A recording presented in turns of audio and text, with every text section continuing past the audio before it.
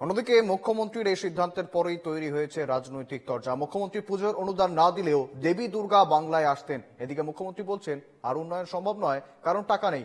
অন্যদিকে এভাবে দান খয়রাতি করছেন, দিয়ে দিতে পারছেন না, টাকা দেওয়া হচ্ছে না পথশ্রী প্রকল্পের। কি বলছেন শ্রমিক ভট্টাচার্য, শুনবো। দেখুন, মুখ্যমন্ত্রী যদি ঘোষণা নাও করতেন, টাকা নাও দিতেন, তাহলেও দেবী দুর্গা পশ্চিমবঙ্গে আসতেন, বাংলায় আসতেন। সারা পৃথিবী জুড়েই দুর্গা পুজো হয়। কোনো জায়গায় কোনো মুখ্যমন্ত্রী গণেশ পুজো, দুর্গা পুজো, কালী পুজোয় বা জগদ্ধাত্রী পুজোয় কোনো এ ধরনের অনুদান দেন না। একদিকে দিয়ে দিতে পারছেন না, পথশ্রীর কোনো রাস্তা তৈরি করতে গেলে যারা ভিটামিন সাপ্লাই করেছে, স্টোনচিপ সাপ্লাই করেছে, বালি সাপ্লাই করেছে, তারা পেমেন্ট পাচ্ছে না।